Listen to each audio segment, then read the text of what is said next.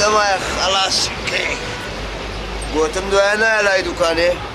والله نازم حاجی پێم دەکرێ یانە ئەڕۆ قەڵم زۆر دێش خوا خۆمە لێقەکەمەوە بگەمە ماری نا پێت دەکرێ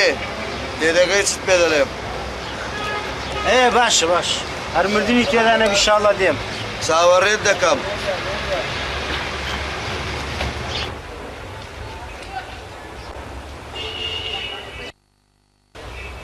يا ربي هتا عمرت ما هرت ساوريب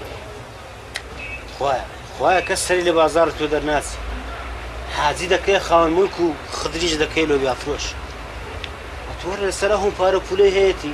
بعد زلي بتسمى دكاني نبا دكري خاني كافي زور شكر خويا باباشي فقيرش تساوتير $1000 من دي لبرسام دي بقربان هم بس سعيد لو تعين بي وانو بعيدة تانش تشبيه قرنين وخانيشي عندي خاني حازيش با حرباش ولو والله صاروا زيادة برانا الشيء قال اخوم رادا دي لا هون كزو ترنبو يقي حازم نقل باشكو بفروش بايا نافرۆشم كيفي خوتا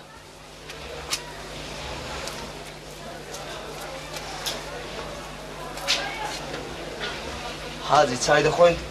اي خراب نية قرب بعد بايا وەستا خەلیل بله مام حازي سێ چا سێ شيرين نا تاڵ تۆفیق نەجات ئەفەندی گەیشتێ چێ نەگەیشتێ چێ والله بڵێم چی مام حاجی جارێ نەگەشتمە چ جیان والحاصل مهم ئیدارەکردنە ئیدارە دەکەی کوڕم قابلە بە تەمای چی والله حاجی بە تەمای زۆرم بەڵام ئاخ لە چەند دەستکورتی کو پشتی پیاو دەشتێنێ بەڵام هەر دەگەمێ لۆ چۆن دەردەچێ حاجي ديار افندي ناسيارته دوور بە دووری دەگەیت چ نەجات ئەفەندی ئەوەی مەقسوودمە مام حاجی خۆر وەها نالێن ئەگەر خزمی ژارمەتیم نەدەن خۆ کوڕی چاک نەبڕاینەوە چ زۆرە کوڕی چاک و چاوتێر زۆرە گوتە چی مام تۆفیق رازك يا افندي هزار خزمي خرا بقرباني برادرتي باش بي زماني خزماتي نما عالم بيرحم من اوا كوري خوما داري لقلب نكر بقسي جني مالي وزداب كده تۆ چ دڵێ تۆفیق ڕەحمەت لەبە خزمی چ و حاڵی چ خزمی ئەو ئەیامەی هەمووی لە دوو پارە و قاچانەوەینە بەسەری دوو لۆچما ئەمن نایان ناسم ئامن دەیان ناسم بەس خزمی پارەینا مەترسێ مام حاجی مەترسێ پارەی خۆ دەرپیرۆز و مبارەکی خۆت بێ کەس تەماحی تێدا نییە السلام عليكم سلام تاخیر بووی خدر والله حاجي تازه دستم من سن روجا وقتي لماري بو او رو هرد تقول نفس لي دام والحاسي هاد زنابط رد بو مشتري بزرگ او دورو شهان قلبم ديشي اقام لخونيا دري تي لسيري دايما خدر دەڵێم دەبیناوکت نەکەت بیناوک حاجی دەڵێم کەتیتە چێن دەرێ ئەوە ئیشی تو نییە کوڕەمە تو خۆت تێکەڵ مەکە نا والله مام حازي بيش بميرا تسومكن وستا محمودي لمزقفتي آلتي برماغي دستش بناكم داهنا قوتينا اوغنيا او زنازان بەینی خۆمان بی خدر ماندیشی ماندی مام حازي لو بيا فروشتن بياي ماندي ناكد طبعا والله بس وقتها تو هندسو لما لي دي دري وقتها كشي صاد خوبني انا معاصني رحمة لبا ايوه شي عالم لناني سبني بوا لو بيا فروشتن كلشي تسيدي مني بمن ناري لۆ مام خدر لۆ بەرچی پیاوی وا هەیە نیوەڕوانان لە جاتی شیو دەیخوات مەبەستم دوو جەمی دەکاتەیەک او كبي ناوي كريكتي نايانا قابلة امن تسمع قال تاخيرم كردي حتى وما قال تاخير نا والله الحقيب ياو لو خواي بلي خۆزگە هەموو کرێچیەکانم وەچی تووبانە هیچم نەدەویست تۆفیق ئەوە باش بوو بەبیرم هاتەوە شوقەی سەر دوکانەکانی سەر جادەی نییە ئەوە دایتمە جەماعەتە ئەفەندێکی بە شەیتانی نەبی بە هیچ شتێکی ناچن ئیلا خوا دەزانی ئەوانە چ ئیش دەکەن ڕۆژ حتا هێوارێ دەنگی تەپڵ و کەرەنا و زوڕنای لە ژۆرێ دێ ئەرێ وەڵڵا سەرەمانگانی وەچی دەچم لە بۆ کرێ دەڵێ ئاو قاتن بە دوو قسەی حەلق و بەلەق ئیقناعم دەکەن و بەڕێم دەکەن ئێستا ئەوڕۆ میعادە وەختێتی تام هاتیت مەقسەدم تام هاتیتێ نازانم کوو بچم ئێمە بە هەوکە مادام کرێتان پێ نادرێ ئێ بەتاڵی کەن چۆلی کەن حازي ئەم کات و لەو قسانە گەڕێ تو باسی زۆڕنات کرد ما دەنم گەلک زارم بەوێدا ڕەت دەبم لۆ مزگەفتی حاجی نووری لۆ نوێژێ سجێم لە زۆڕنا و مڕنای نەبووە بەدی تۆفیقە تو نایە ناسی ئەمن دەیان ناسم چ ماڵەکەن یا مام حاجی کە سەرت لە شتێکی دەرناچی لەوە پێی خواسی دەکەوێت ناوی ئەوانە هونەرمەند خزمەتی هونەر دەکەن لە شارەکەمان ئەوانن ڕووی پێشکەوتنی وڵاتمان نیشان دەدەن دوایی مام حاجی زۆرنا لێدانیش هەر هونەرە پێشکەوتن بەڵێ قەڵای مەریوانم لۆ دەگرن وەنیە نەجاتە فەندی ئەتوش خۆتمان لێ مەکە فەیلسوف ئاخر هەنووکە مام حاجی فایدە نییە خۆماندیکردن لەگەڕێت و ماشەڵڵا سەرت لە چ دەرناچێ و خۆشت پێ لە هەموو کە زاناتر دەزانی گۆرە داوازیان لێبینە ئەوانە ئەگەر یەک زەڕە عەقلیان هەبی یەک زەڕە تۆفیق خدر دەچن لە خۆیان کاسبێکی دی دەکەن بە شەرت و بە مەرچەوکە دەچین هەمویان تەنگاو دەکەین بزانە بە هەمویان دەدیناریان پێیە ئەوە بەبیرم هاتەوە ئەوی ڕۆژێ ڕەحمان مریشک فرۆش یەکی لەوانە لەسەر قاڵرمای لە پێش دەرکەی ئاسی کردبوو داوای پارەی لێ دەکرد ئەمنی دی گوتی بەسەری ئەو حاجیەی ئەوە 6 مانگە 6 مانگ گوتی دوو قازم بە قەردایتێ حتا ئێستا گوتی فرسەکی نەدایمێ وتی لەسەر ئەو حالەش قەشمەریم پێدەکات دەڵێ وەڵا قازەکان زەرجیان نەبوو نەجاتە فەندی هەردە من نەبەمە سعودی دەشکان تێر و پڕی لێ دەدا دیارە مام حاجی پارەکەت لە جاتیدا بەڵێ مەجبورم خرچوزانم چونکە چه هیچ بابە هیچ ناوی خوابین بگرە بە حاجی ئەوە دەدینار ڕاستی دیوە کەشت دەمێت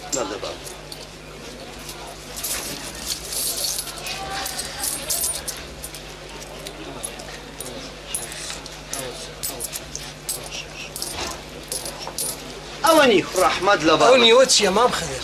کورە ئەتوو چیشت هەیە نابی خۆت لە هەموو شتە چەڵ نەقورتێنی ماڵ خەراب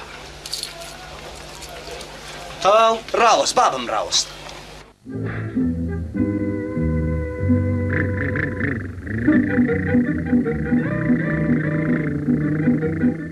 ها تەواو مام حاجی ڕاوەست بابم ڕاوەست تەواو بابم تەواو ماڵت ئاوە بەڵام مام حاجی ئەو خانەیە من تێدا ما چیتی چی نییە نا مەقسەدت چییە کری زۆرە مەقسەدم کرێ نییە نا سەلام عادی چ دەڵێ تێناگەم دەرێم قەت فکری فرۆشتن نەکردی فرۆشتن نا خدر دیارە خەزینە دیتیتەوە حاجی قەناعەت لە بۆ پیاوی هەموو دەمێ خەزینەیە خوا الحەمدلله زۆری دایە ئەوە ئیدارەکە دەسوڕێ و بەخوای قەرداریش دیمەوە سەبر پاشە کەفتیش دەبی و بابا شوێکی منیش خۆ نابی چاونەت و بکە پیا دەبی بە قەدەر بەڕی خۆی پێ ڕابشێشی بەس دەرەمەگە مەقسەدت فرۆشتنە حەز دەکەم پێم بڕی کابرایەکی چۆر و ویژدانی دیتەوە ئەوە چ منگتە نەجاتە فەندی دەڵێ لەگە شەیتانی قسان دەکەی نا مام حاجینا لەگەڵ شەیتان قسان ناکەم چونکە شەیتان لەگەڵ وەکی مەمانان عەداوەتە ئەویش پیاوی خۆی دەناسێ بەسەری تو بەسەری بابت لۆ بەسەری من خدر ئەوە مانگ بە مانگ کرێەکەی وەردەگرم فکری فرۆشتێم نەکردەوە بابەکەی خۆتە ئەمنەوە دەڕم بەخێر چی بەخێر بەخوای بابە کرێچێکی چاکە خوا هەڵ ناگری دیار 1 سەعات چییە تۆفیق 1 سەعات کرێ تاخیر ناکە نیعمەتە وەکی کوندە بووی ڕزق بە پێی خۆی لۆی دێ فەرمو قسەی کرد و لێبەوە گورە ئەتوو ناکەی قسەی پیاوانت لە زاری بێتە دەرێ ماڵ خەراب ئەفەندی حاجیش حەقیتی لێ مەگرە اختیارە بە خۆت دەزانی پیاو هەتا دەمری لەسەر شنگ و تاقەتی خۆی نامێنێ چی تێدایە فەقیرێ بەو اختیارەی خۆ ناچی ڕۆژە هەتا هەوارێ لەو دەرک و لەو دەرک تاقیبی کرێتیان بکات هاوکە بابم ئەنگۆلو مەمزوعەکی دی ناکەنەوە ها ئەمنیش باوڕم تاخیر بوو بەخێر چی مام حاجی ئەی دەڵێم چایەکان دەی بابمێنە لۆجانێکی دی ئەو چای چی عادەتی ئەو هایە پیاوی شەرمەزار دەکات حاجی چاکت تعلیمدایە شەیتان بە نەعلەت بیها ئەرێ وەستا خەری کاچایەکان ئەی بابم ئەندیمە ئەرێکا نەهاتەوە لە چێە چت گوت جێم لێ نەبوو دەرێم سعید نەهاتەوە هاتەوە، نانی خوارد چۆ دەرێ چێوە چوو چۆ ماری مامی لۆ خێرە؟ لۆ خێرە، چۆ ماری مامی؟ ئەی گوتی عمەری ئامۆزامات و تۆ دەچم سەرە چ لێت خدا کەژی نهاتەوە لە دنیا بە معنای ئەو شەو نایەتەوە چی تێدا ئامۆزای خۆت لە مێژنەی تۆ دەچی سەرە چ لێت ئێ خۆ میشتم نەگوتیە زۆرە جیان زۆرە خانێشی گەورە و گرە خۆ نەبووتە ئەو کارێ هەیوە هەم کەس لە درم دەرنەچوێ ڕۆژی ماری مام سادقی هادوون لە خۆم ڕانەدی تەکلیفیان لێ بکەم شوێرێرە ببینێنەوە لەبەر بێجێی ئەو زاوڕۆ هەر بە سوحبەت وها بە حاجیم گوتم خانەکەی نافرۆشی ئێ چی گوت نەی سەرماند لۆ ئەو جاوە گوتی دەفرۆشم کا پارە کوڕە دەفرۆشێ بڕەکت تەماحی بدا باە خوا گەورەی لۆ پارەش زێرۆ مێرەکانشمان دەفرۆشین و ئەوی هیچی قاتی خزمی شارمەتیمان دەدەن ئەوی هەیتماندا دێنێنە سەری بخۆش وەڵای خۆ بە ئاسانی جواسی لێ ناینم کوڕە پێم ناری لۆ چیتی قابیرە کوڕی هەیە بیداتێ چیژێ هەیە لۆی بەجێ بێرێ بەن ئاشکنارم زرقە بێ کەسە کە خزمەکی نزی چینێ لۆی میراتی بگریتەوە خۆ بە زۆری لێ ناستینم خوا دینێرم کە یاخوا خوا بەدەمتدا بنۆڕ یا ڕەبی هەیبەت دەزانی ئەو خانێ بتۆی خۆمان چی لێ دەکەم جارێ لە لای پێشەوە هۆدە شیرۆ سەعیدی ئاوادان دەکەمەوە حەمام و مەتبەخەکەش شەقاوەک دەدەمە پاش تەندورە شیلۆت و لە سەرباین دادەمەزرێنم ئەو جە هەر ئازابە وەست و کە تەندوریمانەوە پێوەدا کا لە چێ شەربێ پێشەش تەندورە ئەستورکان بکەمە خێر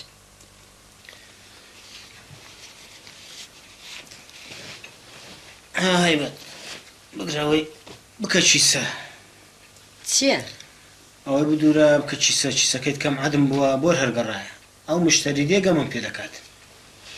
باشە دەی چ دەرەی خۆت دەشوێ نانی خۆت دەخۆی دەترسێم خۆم پێ نەشووری لە برسان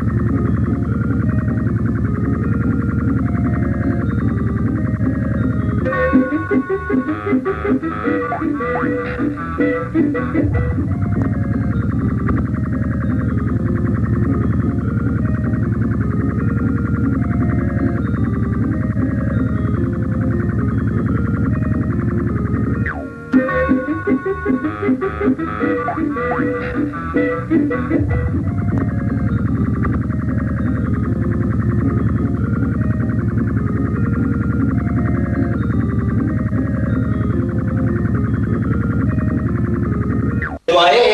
دەستەکان چ دەکەی و جوڵاوت ئەو هابی بەزن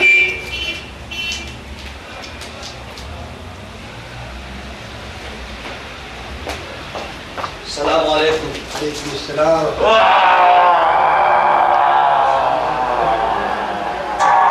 في سياسة لاكو كنا لاكو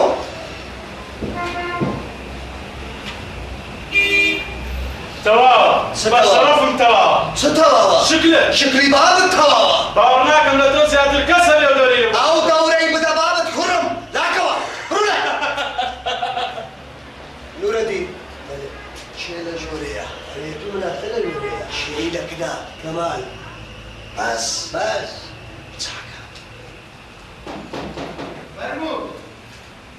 السلام عليكم. فرمو حاجي فرمو ترى زبح ستو مالك فرمو يا اخو بخير بما يا الله اي وتسكير تمام حاجي خوانك انا ساغني بخواي ما مستعو بشتيشان وازم لينايني مام حاجي بابي دكتور بشتيشان كواز لديني مام حاجي بروكن دكتور شي باتاق معاند كبزاني تتو تدليا بخواي حاجي نترسيم كليت بكليا هر اوهم ابو والله دورني مام حاجي اوي روجي ناسيارك من برايكي وجتو اساي هدي جو بشتم ديشي دوايا درسو كليتي ايه دوايا تو لاي دكتوري بوختو زوان لوان عمليات كرت يعني تابوها ناوەڵە سندانی گەیشتێ قوربانی حازریان بوو سەبەب کریەکانی جامیان کردبوو مام حاجی جامی چ مامۆستا مام حاجی هەتا زۆر جارەی خۆت کە باشە کەماڵ مەقسەدی ئەوەیە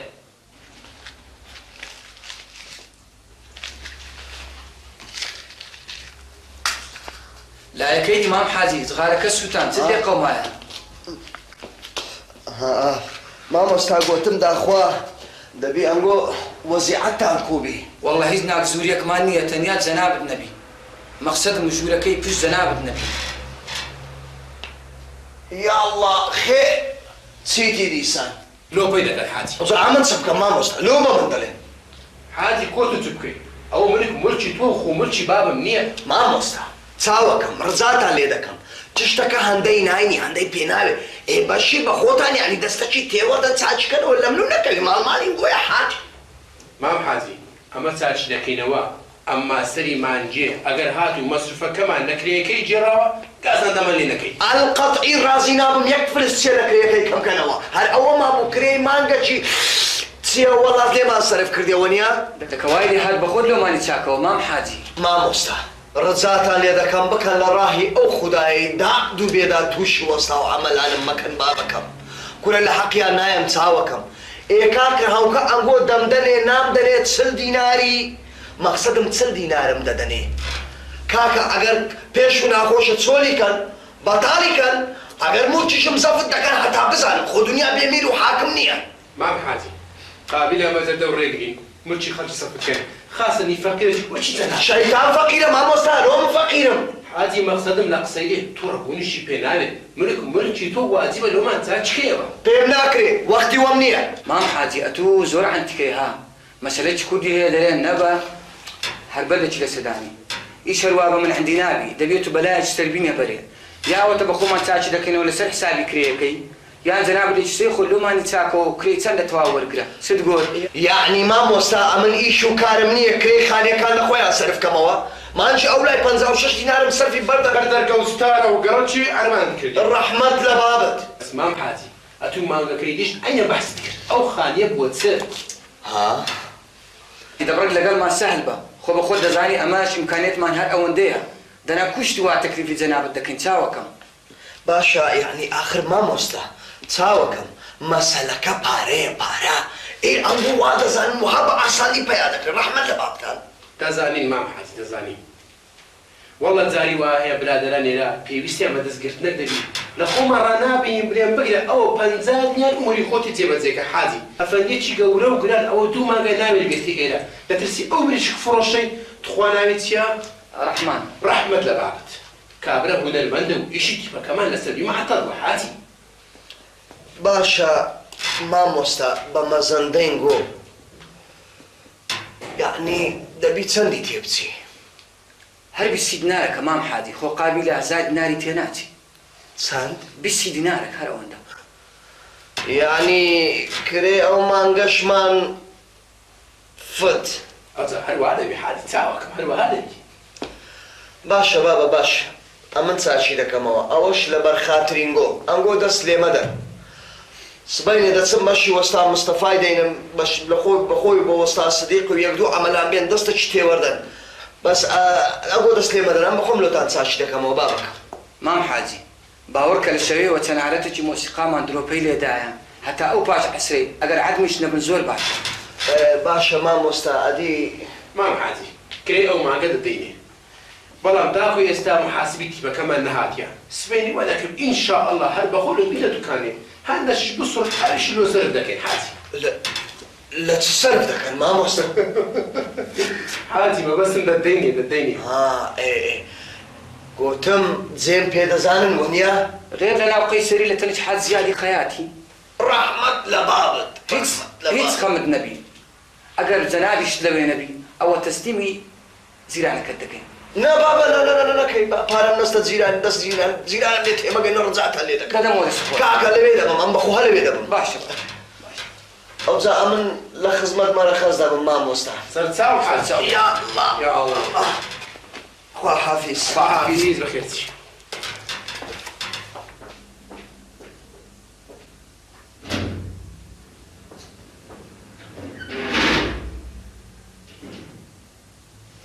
مامۆستا چاوەکەم گوتم لەبیرم نەکەن ها لەبیر ناکەین حاجی لەبیر ناکەین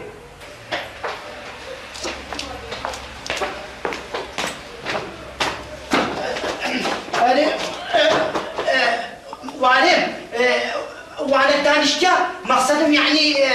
دکتۆر لەوێ ئەوە دەبەچێتت ها هەی شێتی لە بابی شێتی بەردە دەڵێ مێخەم بەردە وانێ بەرت نادەم هەتا عەشقرانەکەی کێشێتە دەڵێ بەردە وانێ بەرت نادەم ئەوە لەت نەخوابی حاجی و تەوافی مالی خوات کردیە شەمێ ناکەی بۆ منە یەشێت ها ئەستەغفر الله بابەکەم ڕجوع بوومەوە ئەتوو شێتنی بەس دیارە ئەمن شێت بوویمە سوزانم بڕۆ سەرێ خۆت دەبینیەوە چ دەبینەوە مەقسەدم دکتۆری دەبینیەوە بڕۆ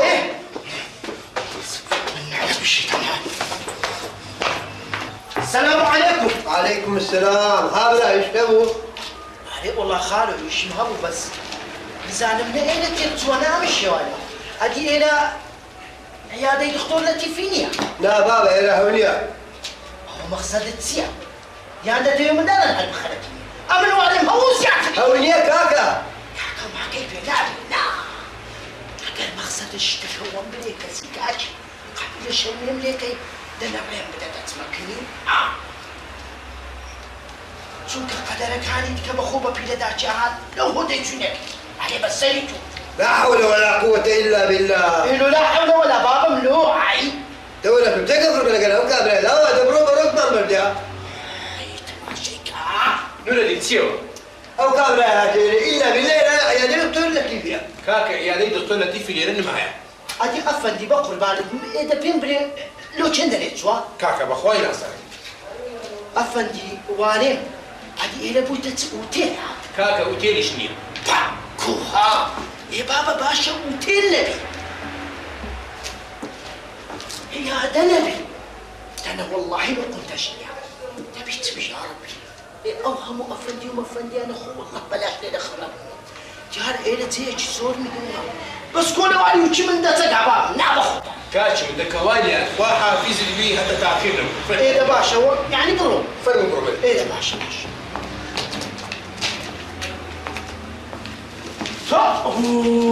تاو أفندي توابني بقول بعد مش ماشي خد دنيا عندي تبعي كاكا دنيا دي تيسي وترى ماشيتي وحالتي هم قتلونا ويا خمن بدي كاكا فرمو أفندي بسني أو سماعتي عمل هل أو كاكيم دي زوزاني بتجيش من الكلام فتقول الله يشرب في تحسوني الله تخصيني كمان يا باشا ساري تمام ساري خدها ما مرني تكوالي كاكا بينا جنوب انا اخواني بيني لا خالنا افندي ام قال لا مشى وانا كلام عليه بس انا توعي بيروز بي بس انا درج خوش فرم كاكا حتى تاخير نرد ريت النشان ده وكاكا ديال النشان لا بابا لا خاله بخون في تسانك وحافظ والله بابا شعره وهم اشتري دوشه توريو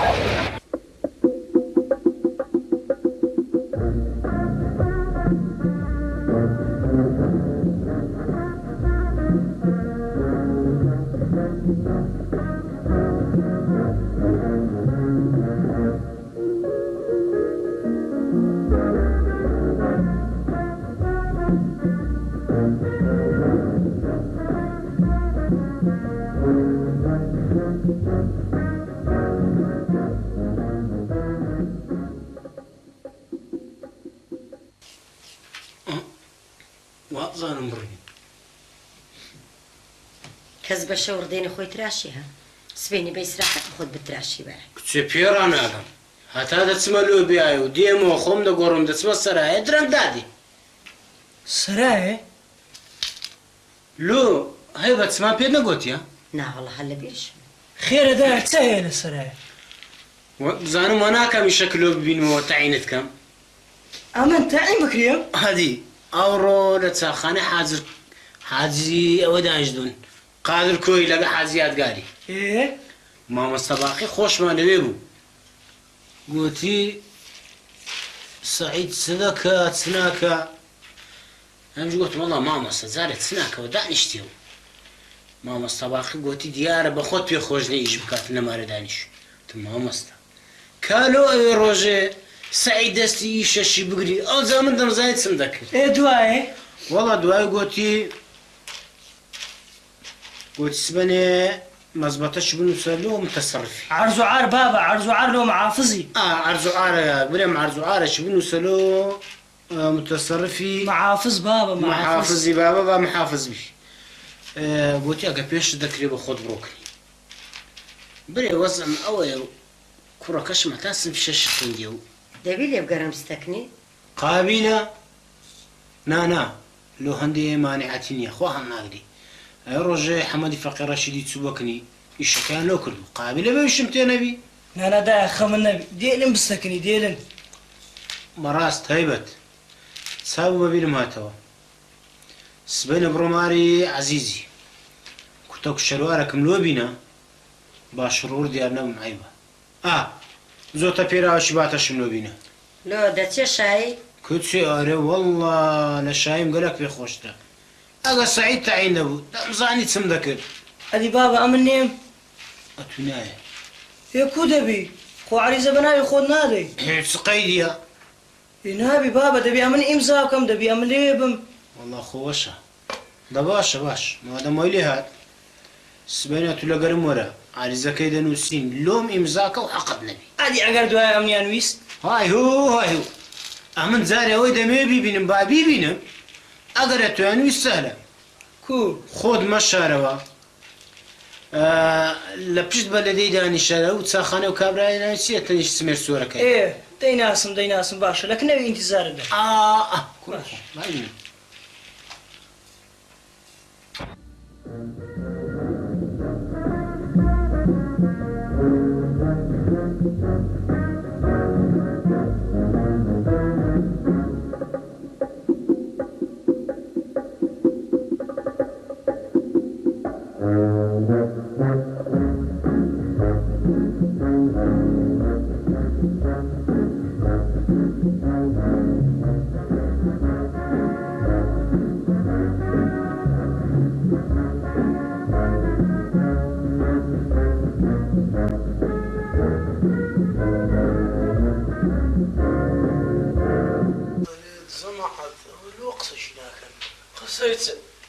ئەوە ساعت 11 و نیو ساعتمان جارێک کەسیش دیار بێ باوەڕ ناکەم کەسی دیش بێ لۆ خۆمانە لۆ هەروەی دیارە ساعتمانەوەی لە دەبوو ئێستاێرت زێ نەبووایە بینی خۆمان بێ ئیشەکەری هەندێ نییە هەموو کەس بتانی شانی بداتە بەرێ زەرجی دەوێت زەرێک حسابم کردیە کو ئەو شروعتەی کە خۆمان دەیزانی تقریبەن تەنفیزی دەکەم سەر و پێنجمان پێ دەبڕێ شروط کوڕە سایلا شروعی بەردە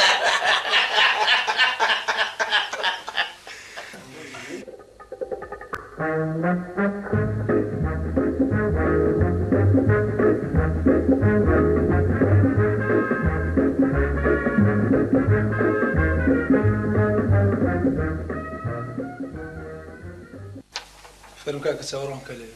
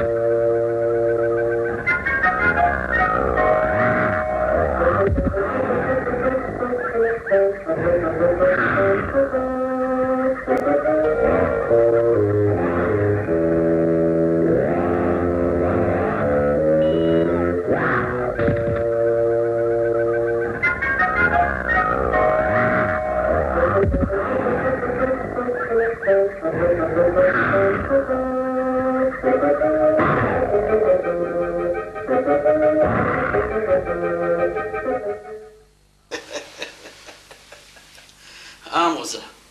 یارە توشە لەو بەزمەکەی هاتی ئەرێ وەڵڵا دەمێ بچمە کنجەناوی چاوم پێ بکەیت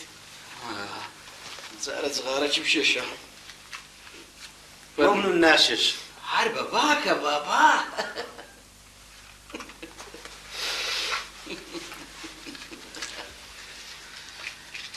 چوونە کنجەناوی پێناوێنە من هەردەبی چاوم پێ بکەوی ئیشی خۆم پێیتی غێر ئەمەش ئیشێروی هاتینە ئای نەنا ئەوە جودایە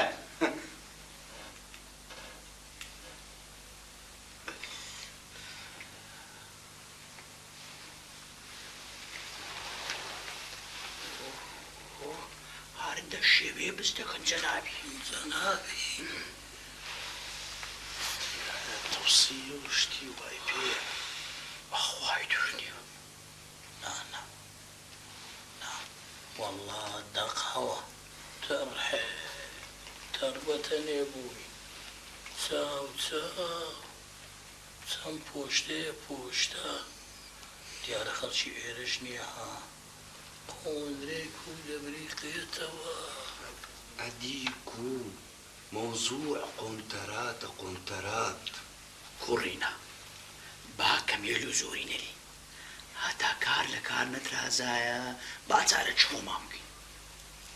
با بزانین بە چارانی قناعی ناکەین باشە چ بکەین بە ڕاینگۆ چ بکەین ئەمە چار کەس نین هەر یەکەوە 1000 دیناری دادنێ دەکاتە 4000 ئەو وەختی مەمنونیش دەبی باشە زۆر نییە ئەدی ئەمە چەندمان پێ دەبڵێ عجایب ئای ئەو هایە ئەتوو جۆت لێ نەبوو مەسەلەک هەیە دەلێ ماسی گرتن و شەڕواتڕ نەکردن نابی قسەکەی جوانە دەبەخۆت بزانە لاتچێ بنجێ هەتا زووشە با چارەکی لە خۆمان بکەین دەنا وەڵڵا لە بن ساج عەلی دەمینێنەوە بڕە بزانم چێکی لێ ناکەش باشە برا دەبی ڕازی بی عجایب گورە ماغڕورەکە ڕازی نەبی دەی ناوی خوای لێبینە بەرام بتبینم کو سەراوسەر لە عەردی دەکوتی دعوەتی ئەو ڕۆژی عایدی من لە زێیەکەی دوونێ غەمتان نەبینە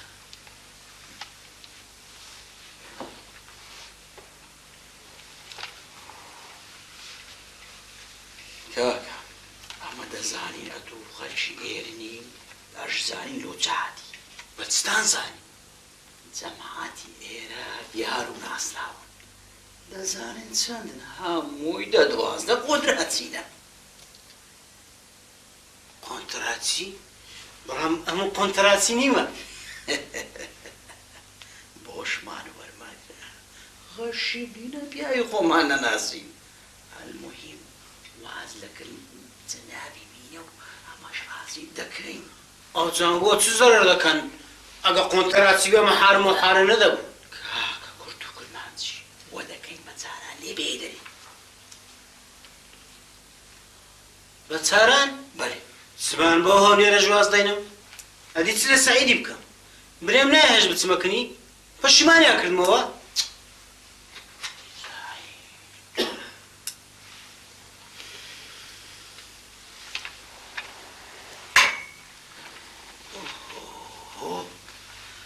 کاکم شەریکی شەریک بەێ بێ چێ سعید ئێدەوە برێ ئەدی ئەوە لۆ بخۆیات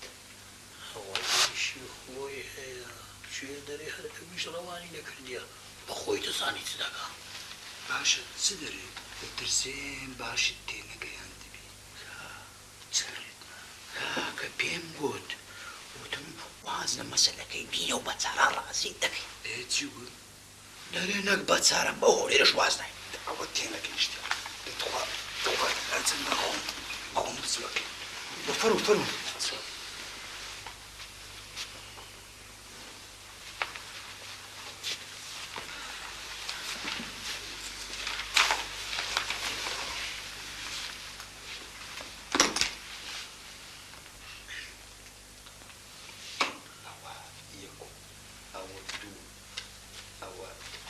سێ و ئەوە چار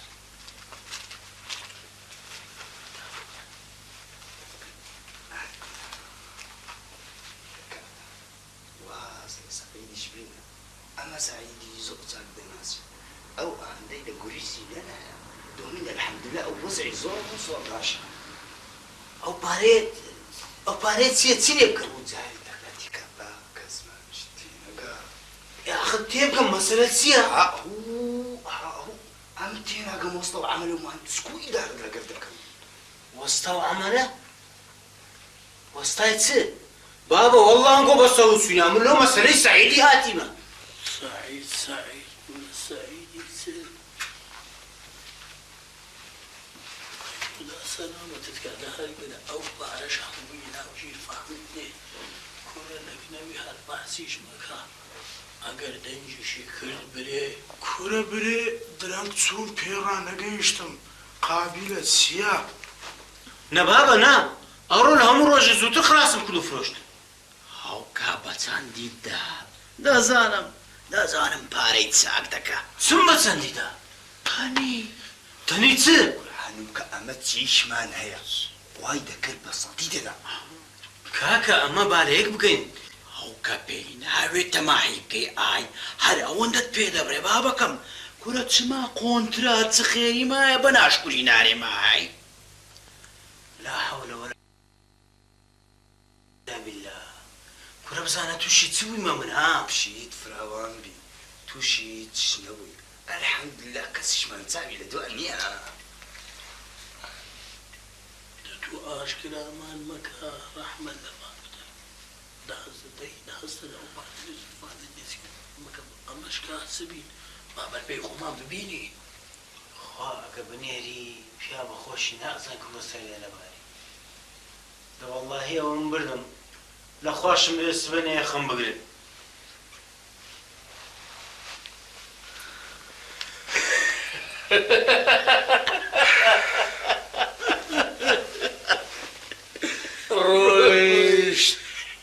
ڕۆیشت لێی خەمان بۆ ئەو زاڵم بابە بە هەموو عاقلی خۆی دەویست لێ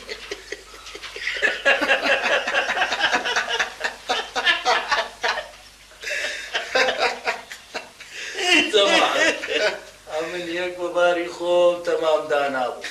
خەب تەسەوڕم نەدەکراوە بە ئاسانی لێ خەمان بیتەوە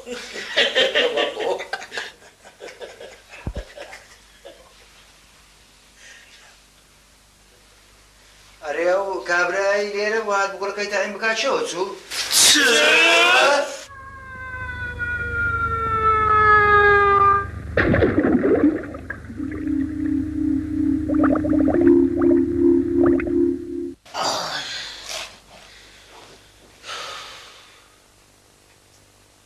چتە دەرێ ڕاوێن ناوی قوماکە ماوە دێ لە تێناخەکان چتە خۆ نەخۆش نی؟ ناوەڵڵا بۆ سەرمایەت گەڕم پێ گۆ نووسایە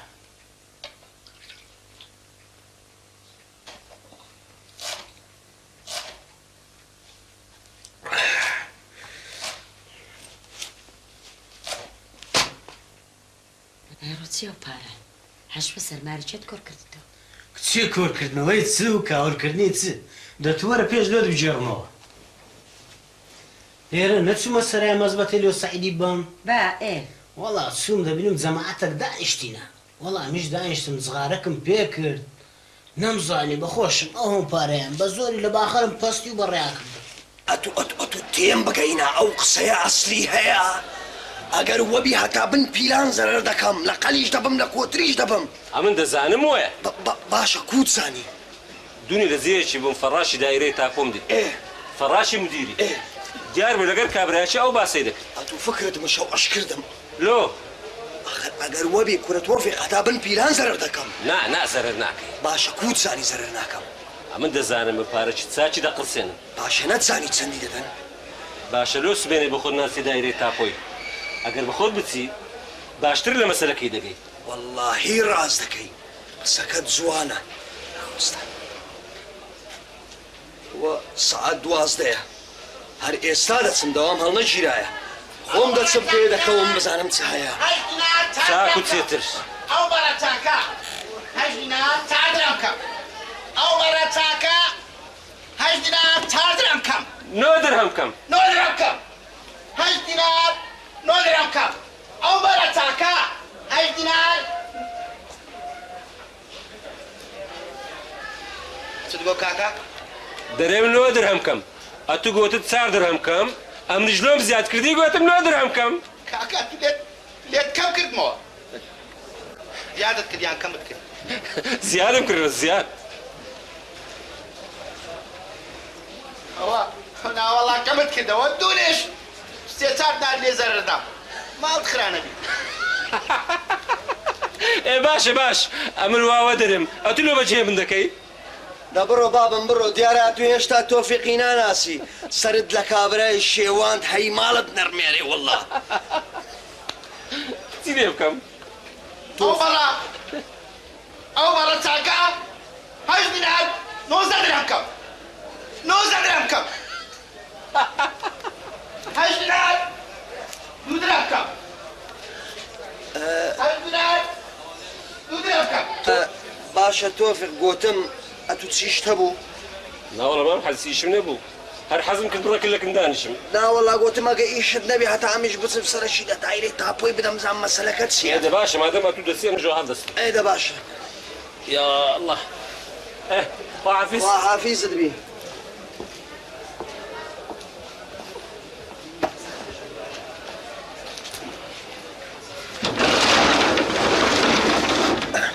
تحسین کوڕم ئەوە ئەمن هەتا دائیرەی مەعارفی دەچم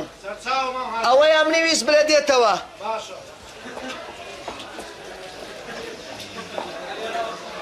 ئەتوش ناوی خوا لێبینە بڕۆکن مام حاجی بزانە چ دەرێ ئەگەر لەوی بێتە مابوونە تا حەولی خانێکی دی بدەیت وە دەکەم هەرانکە شۆر دەبمەوە خوارێ هەر دەکەم منی ناتەوە ناتەوە ئەی کاکە شەڕ مەکە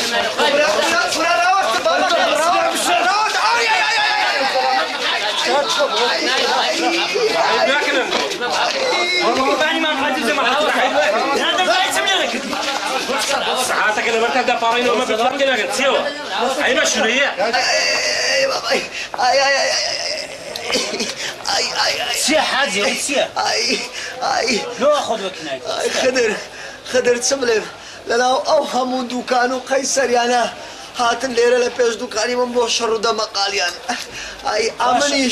ئەمنیش ئەڵا خۆیسەن ئەوە چویمە ناو بژیان دەکەم هەتا گۆپاڵگرتیا لاس کوردیاندام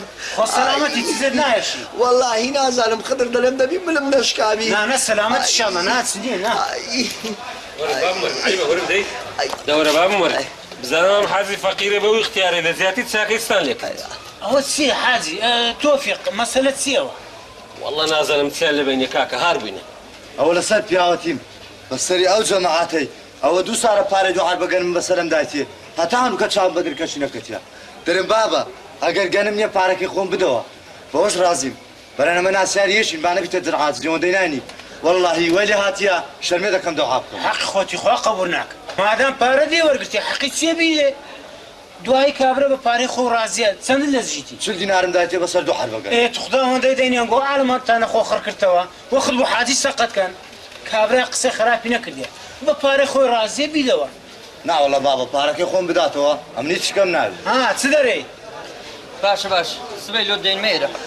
لە دوکانی مام حاجی چاوەڕێم هەر ئەوە مابوو بزانە ئەو زارە بەدوان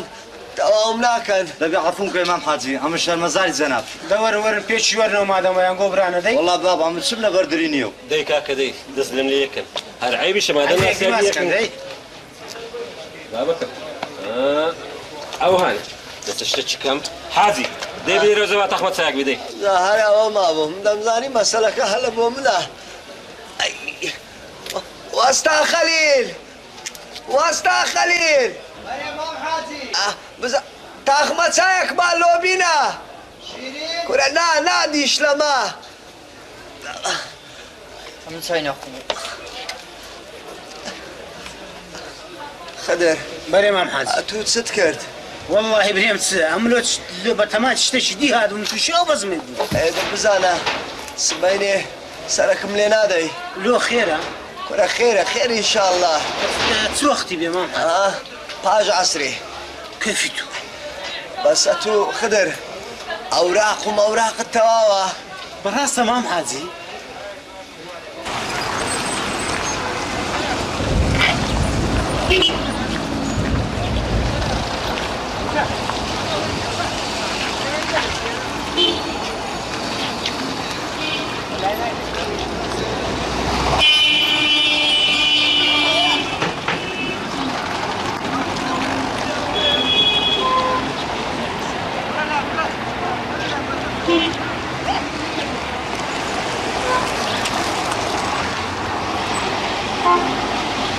السلام عليكم. السلام. ما معزي باركم دلوي أتو برو كرم 15-20 توبم لو بينا وشي هناك باركت بدمي. باركم دي باب بموزة. كورا بابم دبرو تو بيبل بلو حازيو أخ دبرو. باشا ودت سب. هاي.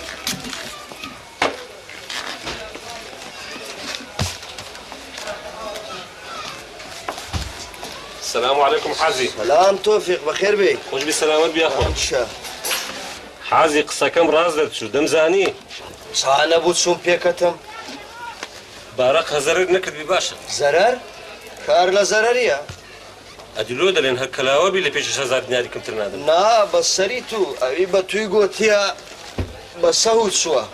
إيه؟ بس أمان جيب جيم كرديا. كو. أو إيشا وهازو دس بيناكري. إيه؟ أمنيش مشتريه شي تساكم لو دي توا. باشا تسندي بيد داتن. بخواي لبينزي كم تري نادمي أو زواي لو شيشي. باشا حازي أو مشتريه ثورة شيء. بخواي توفيق هر كريتسيا خوما. باشا حازي أو كريتسيا. إيه. أو بيش هزاري لتشدري دينتن. والله توفيق مهم أويا أمان باركم ببلاش نروا نيوي ليور دقرم نيوشي لسر دكما كومبيالا. حازي بجمن داريد لقر أو كابرية هي. سا دجمن داريد سا توفيق تو تصدلي. كرة آخر أو قرب السرقة بزاني مسألة سيا ببلاش بدين ناوي. إيه باشا أولا شيء زاني. لا تابو العالمي. باشا بيمنالي تابو حقيقية. استبايع رازي مشتري رازي بيمنالي تابو علاقيتيا. حازي خوا قبرناك أو كابرا قرب السريت وشملش كان نيدكي. إيه آخر أو هرزي خوي قرمناك دردكري. هر آقاش لي نابي إنزاري دركردني بنوي ثواني بدندري. باشا أدي أجر تيج ندرا. بخواي حازي قصي خمان بي. أجا مسوا قرن نكرد بي دفروشريت تيج ندري ندفروشت. باشا توفيق أتو محاميوي إيه بابا كم دل إجر بادو أنا من بيبرحه. كرا آخر حازي حرامة والله حرامة وش قوشتي براسي. لو بابا مدتزم. فرقي سيلا قدزي. ما دام تو هندت زرق سوتاوي لو ناتي لو خود بي بلي. بخواي ناي ناسم. دنا تقصيري من ذكرت. والله بابا بياو برادري وش توي هبي دجمني لوتسيا. عازي أمل لبوتوما. درم مادم هردي دي. بنرخ شوي بدي السبين يا قتيش ندرك كابرين قرب سر زر نكاتنا. أو كتوفيق رزاد لي دكم خود لإيش من هالمقولتين بابكم. كنو زعمت إيشمها يا ربي بدها هزار نارد داعي. وشي أتو تساول له بخلشي برو تاني أو زقد بخلشي نستيه. كنا برو تقصير ما كدايك. ها.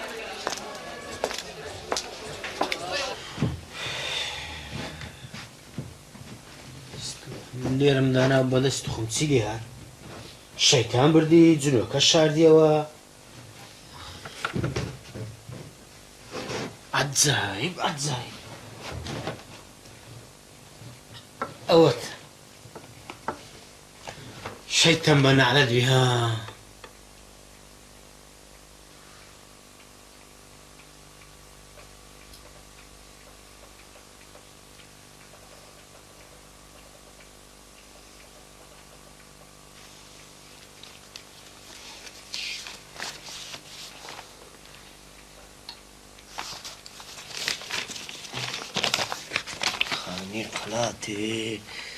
خاني قلاتي كا سيهات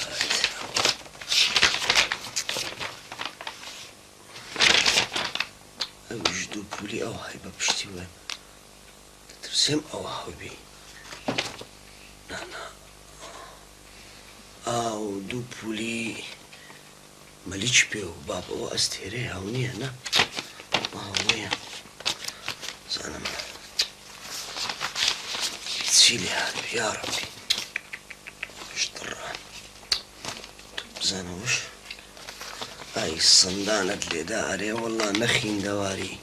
کۆ پیاوی کۆرە دەکەی کە وەرە سەنە دەکە یەک سەنەت لێم بزر بووە من چ بکەم ئێستا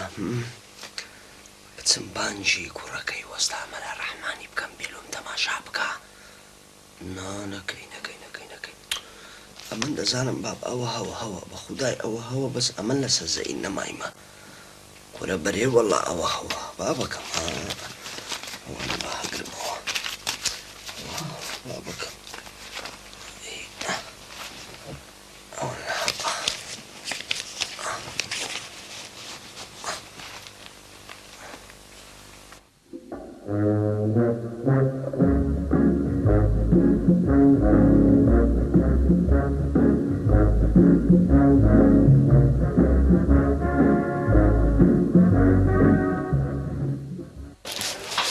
السلام عليكم باش بۆ هاتی خدر سبەینێ سەعات 11:30 بەخۆت و بە دوو شاهێدی وەرنە دایرەی تاپۆی ئەو ئەوراقانەی پێشم گۆتی لەبیرت نەچی ها بخۆم و بە دوو شاهێد خوا یاری سبەینە لەوێ حازری مام حاجی زۆر مەمنونتم چاو بابەکە پارەکەشت هەموو دەدەمێ پارەکە مشکلە نییە نا بەسیتە بەسیت ئەو جا من دەڕۆم خێر چی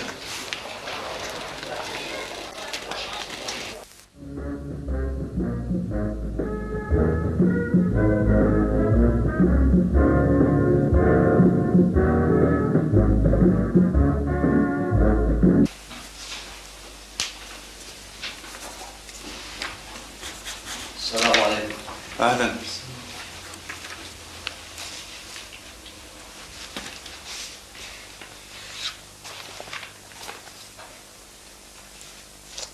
چی هاتن خضر حمد امینه؟ برای من خضر مامۆستا یادگار هدایت نورالدین بەڵێ مامۆستا شاهێدەکان حازرن؟ بەڵێ حازرن ناویان صالح حمد امین ئەوی دییان ڕەحمان مستەفا عومەر مام حاجی یادگار ئەتوو ڕازی بەوەی کە ئەو ملکەی لەناو ئەو سەنەدەیە ڕەقەمی 78 لەسەر 52 لەسەر 4 بە شاهێدی صالح حەمەد ئەمین و ڕەحمان مستەفا عومەر بفرۆشێ خدر حەمەد ئەمینی بەو سەعرەی کە لەسەری پێکاتینە ها چت گۆ مام حاجی قایلی بەڵێ ڕازیم بەرە ڕازیە مامۆستا جێم لێ بوو مامۆستا پارەکەشیم هەموو ئەوە بەینی خۆتانە فەرمووی ئیمزاکەن خدر ئیمزات هەیە؟ ناوەڵە مامۆستا ئەو قۆدێم بگەنێ چاوا بکەم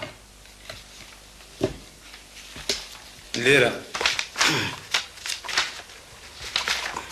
ئەرد ئاوادان بێ ئەتێ شاریش پێرەخین دەواری نەبووی کوڕە هەموو غاردەمە لۆبیا یان غاردەمە مەکتەبێەوە بە من دەکرێت سارە هەروز بەوز بە ئافەندی گەمەمان پێ نەکە ئەتوو هەروەکی لەک نەخۆشمان بوو دایە مشت و مرد بوو لەگە مامۆستا عەبدولباقی لەسەر چوونە مەکتەبێ دەمەکەنە بازار خۆتانی مۆرکەن و بابڕۆین درەنگە دەی ئەتوش لێرە ساڵح دەی نەچی ئەفەندی لێرە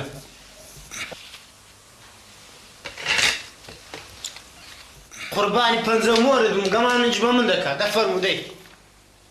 هاتوش مۆرکە دەی ئەیفە نەکرد ئەو قەرەمە بدە خار بزانە کورد لە ئیمزا دەکەم سمام نیشەوانم فەرموو حاجێ توش ئیمزاکە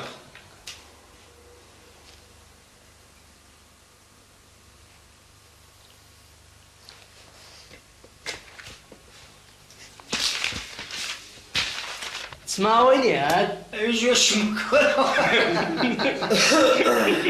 مبارەکە خێری لێ ببینن مام حاجی ئەتوش داڕغان زۆر لێ مەدە باش نییە مەمنون مەمنون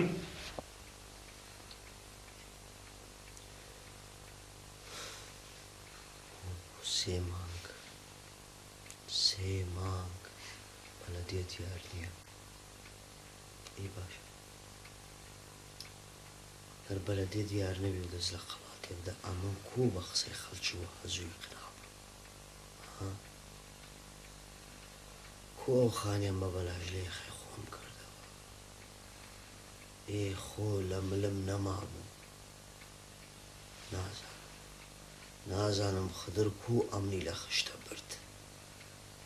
وەی ئاگەر دەمزانی بە خودای بە 10,000 دیناریش نەمدەدایێ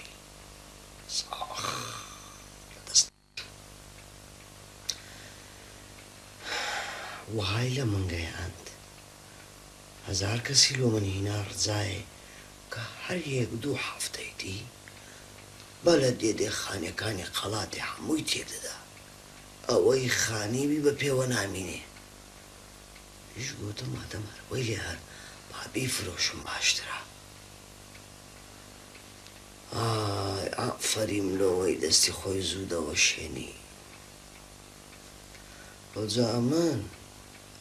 چەند بە هەرزانم دایە هەرزان وەڵە بابە هەرزانە زۆر هەرزانە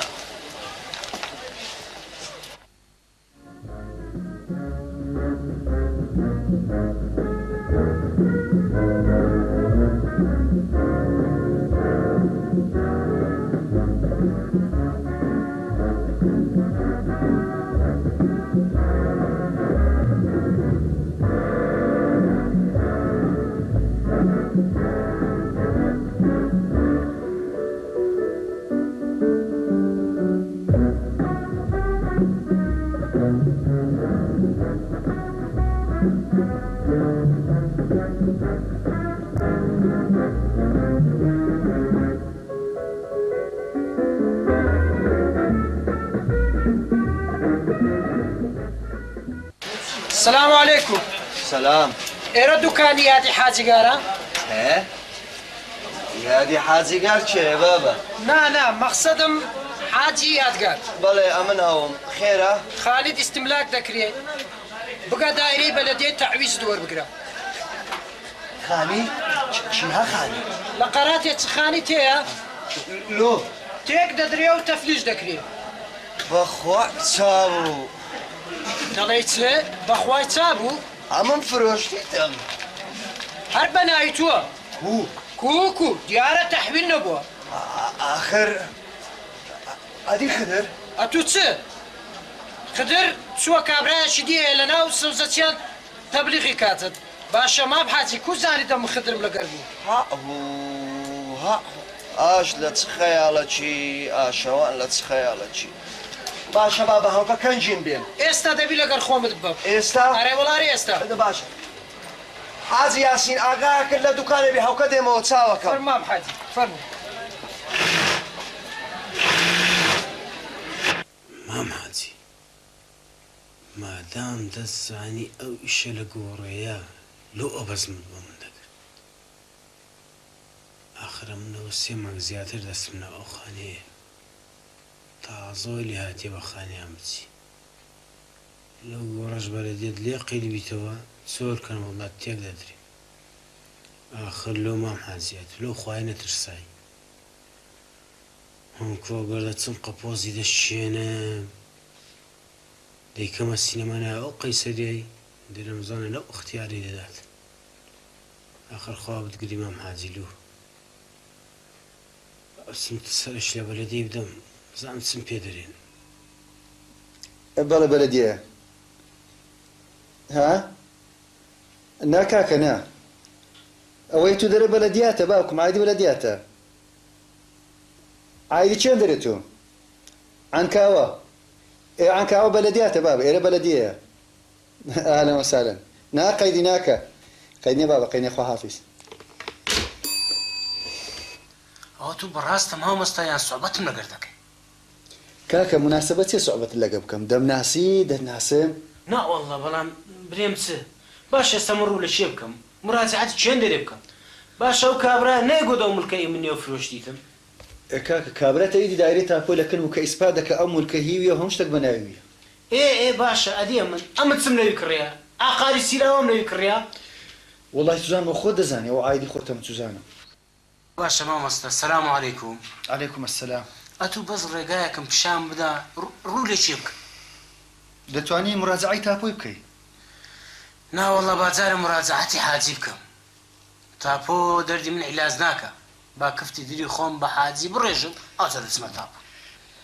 باشە تو وەشی ئەو خانێت کڕێ لە تاپۆی سەنەدی مۆقەتیان نەدایە بەرێ وەڵڵا یەک دوو وەرەقەیان دامێ ئەمان لەو تێکەو لێکەو بینەوە بەردەی خانی بزرم کرد لە دوی بگەڕێ بەڵکو بیبینیەوە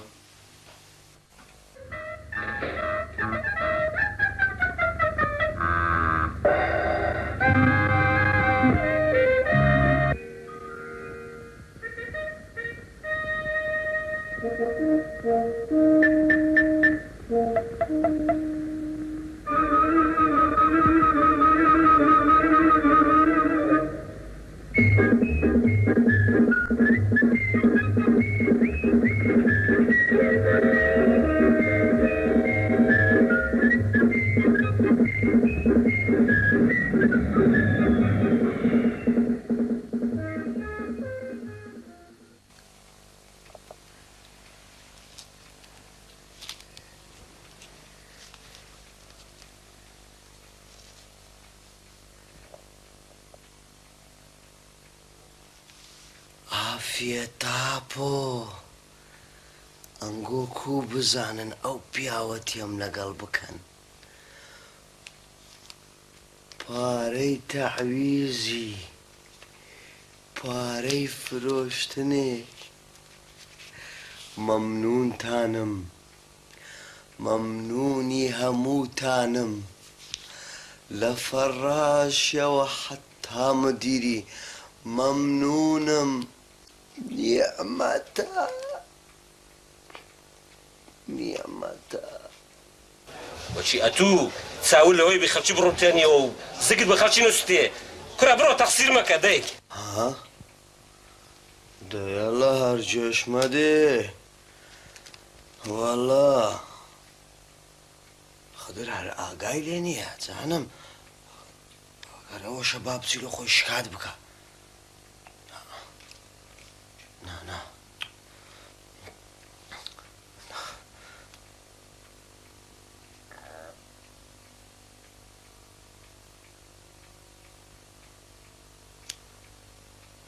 دێڵە جێشمە دێ بچی لە خۆی شکایەت بکە ئەو وەختی ئەمن چ حەقم هەیە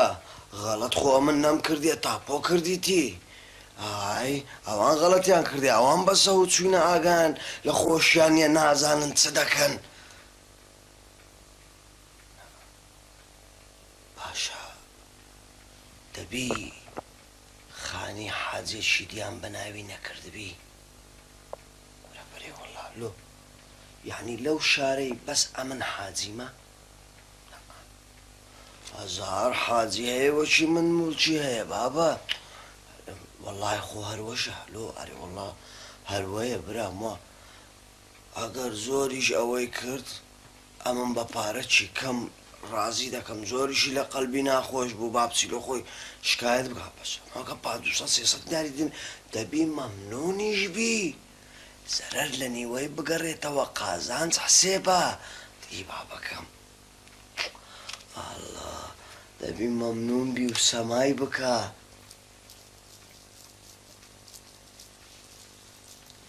بەو شەوای چ ناکرێ سبەینی هەر سێکمان دەچینە دوکانێ و لەوێ دەیبینین و پێ دەکەوینەوە پیاویش بەلار بە تاریکی و نەرێ چێ دەرێ ئەوڕۆ حاجی هەر چاوەڕێی توی نەکردیە چوم لەوێ نەبوو باشە خدرە تو چ وەخت چووی پاش عەسرێت دەوە دوکانی قەپات کردیە دوکاندارەکانی ناو قەیسەری ئەوی ئیشەشی زەروری نەبی هەر پاش نوێژی عەسرێ دوکانی هەر دەگرێت خۆزگەوە بە شێ دەرێ سبێنێ جومعی دوکای دەکاتەوە کورە بابە خۆ کافستانی نییە دوای حاجی کو خۆی لەخوای دەکە نا هەموو قەت باوەڕ ناکەم دوای قابلە حاجی خۆ بڕک ویجدانی هەیە ویجدان ئەتوەرە لەو بەدبەختیی من هەیبەت هەستا کورتە شوشتیمە بەڕکی نەڕۆنێ چی تێدا چی تێدا نییە دوای پاشان دەرێ وەڵا کورتەکەم شوشتێک دووەرە خۆکە تێدا بووە نازانم چ بوون کەلکی نەما بوو فرێمدایە وەرەقەیت خدر سرە دوو بماڵایان کە زۆر باش بوو ناوەڵە بابە توش زۆر عەجەلە کرد عەجەلە ئێستا و سەنەدانە بمابانە باش بوو خدر خۆ تو دوای مندار نیم چما گەمەی مندارانە بەس ئەو وەرەقە هەبی لە تاپۆی دوای لەوێ هەموو چشت بە شاهد و ئیسپات نەبراوە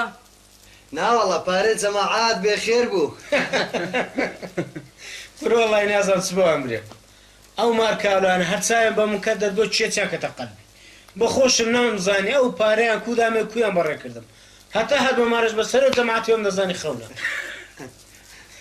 ئێستاش هەر لە خەون دەچیت وا بزانم هیچ وەرقەی وای نییە ئەمن لە هیچ شتێکی متەئسیر نیمە ئێستا گوتمان ئەو پارێماری هەوانتای بوو چوو قیڕسی بەڵام نە ئەمن ئەوەی هەشم بوو لەسەر ئەو کاولەمدانە بەخدا خدر ئەگەر سیبی توبی ئەوە هەر دەبیتەوەی تو مەسەلە شێ دەرێ وەستای نەجار بن و بێخەم و خەیار خدا یەکە و دەرکەی هەزار کورە هەرچێش مەدێمە ئامە تو بیلە کورە ژێ بدەمە چ نا ئەوەڵا خزم و برادەر ساغ بن جێ نادەمە هیچ ئەمن شەتا چم و چارەکەم لەگە حاجی پێ بکرێ ئەوە دەیکەم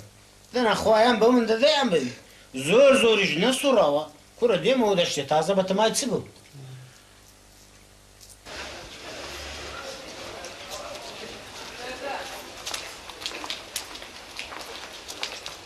السلام عليكم.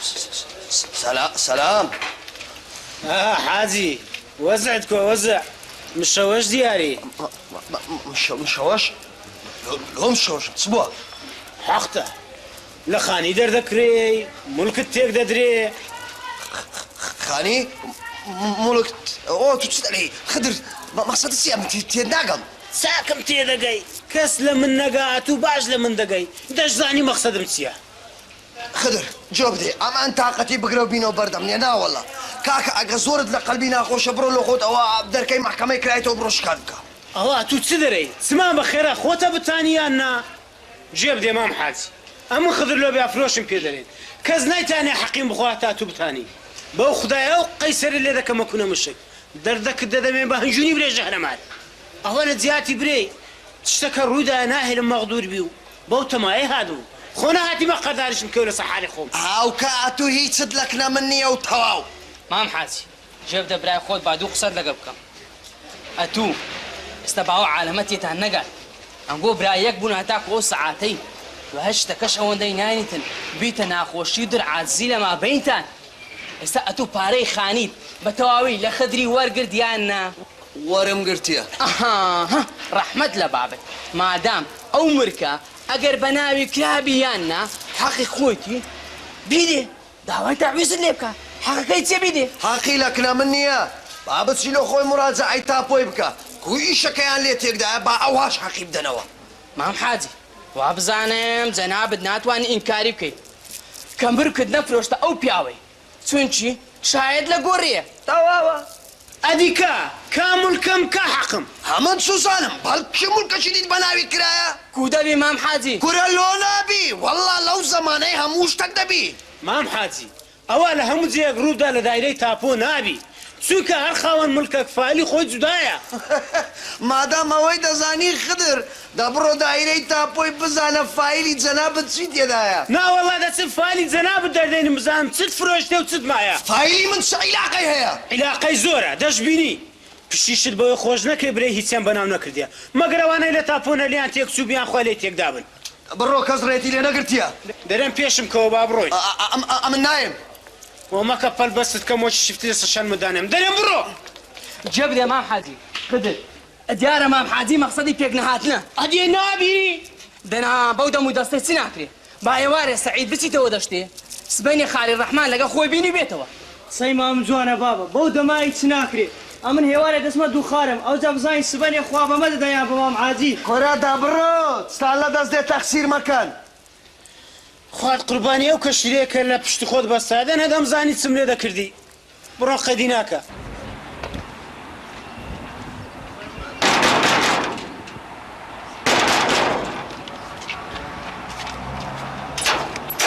السلام عليكم. سلام سرچاو. كاكا إيرا مالي خذ محمد أمينيا. بري بابا اشتغل. أنتو تشيوي. أم كوري. بابت لمالي يا. بري. زحمة النبي بلا حتيرة بلا تبليغ شوي دلوقتي. إيه يقدخل. بابا. بابا. أو كابرا دينا صامتي ده ورا. ده ورا راوس لا بابا. مرحبا كاكا. أهلا كاكا فرمو. كاكا. أمن مأموري بلدية ما تبليغ مبيلة بود زنابت. أهلا وسهلا. تبليغ يتسه. كاكا أوين راسي بي قضية استملاك واشتواها. شو استملاك ذكري؟ والله ملكة كتبة برزادي ذكري. هوك أو ملكة بوتسه. كاس خاني نبو خضر لو بيافروج دبي. كاكا دزانم إنذار من رأيتي بطالك. هبو نبو خاني بوج لسر ساي حازي كتي نسر سازي عدي. حازي شيء. هواز بي نواز برو. كاكا للدنيا قراري مزز بلدي درسوا دبي أورو كبتين حمال اللي حاضر بي أورو أري والله أورو دباش فەرم با بچین سعید کوڕم بە مام تۆ بڵێ نانی بخۆن خوانە سەمەحتەر نەکەنەوە دێمەوە باشە باوە خوارسکە خواعافی سەرچاو ئەوە فەندیانەی زاری بەتاڵکردنیان وەگرتێ دەبی بەتاڵکەن دەبی چبی مەسەلە با خۆم بگەینمە بەلەدێی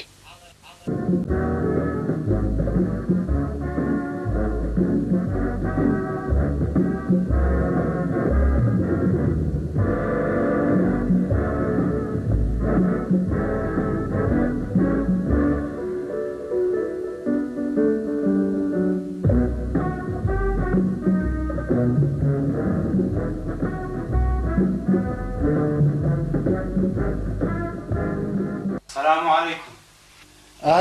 أهلا خضر بك.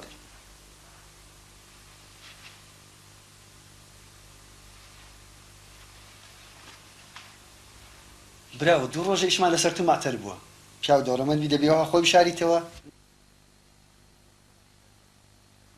لەگە چێت ئەفەندی لەگەرە من تا دەی خۆت خەشی بکە ناوەڵە مامەسە بەزەم دەترسێم خدرێ شکەتان بێ نانا ئەمە ئەتومان ویستیە با مەسەلەکە تێبگەینە فەرموو ملکەکەت بەداخەوە بە بەرزادی دەکەوی بەخۆ دەزانی شارەکەمان خۆ هەروەها نامێنێتەوە دەبی جادەکان و شەقامەکانی لەوەی فرەواتر بکرێن و بە شێوەیەکی ڕێک و پێک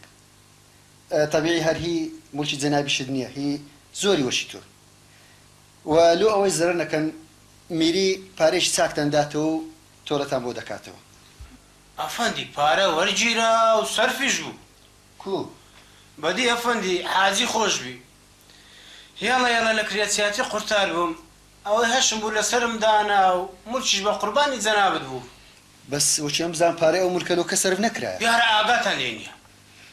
کا خدر شتێ لەو دائیرەی بکرێ و ئەمن ئاگام لێ نەبێەوە تو چ دەرێ کرێچیاتی چ و حالی چ تێدەگەم ئەفەندی خۆم کەوتدەری نیمە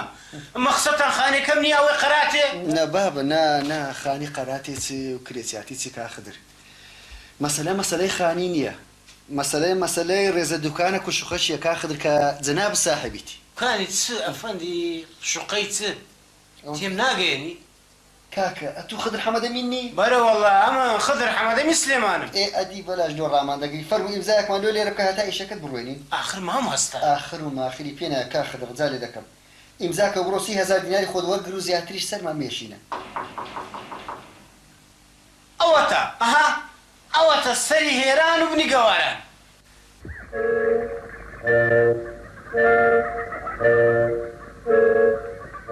ئەمە وەی ناناسنەمە تو دەناسن تو خاوەن مولچی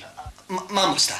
با عەرزی جەنابەت بکەم ئەو مولکە بە ناوی منە خانەکەی قەڵاتێ بە ناوی خدرە لۆ توش خدر حەمەدەمینی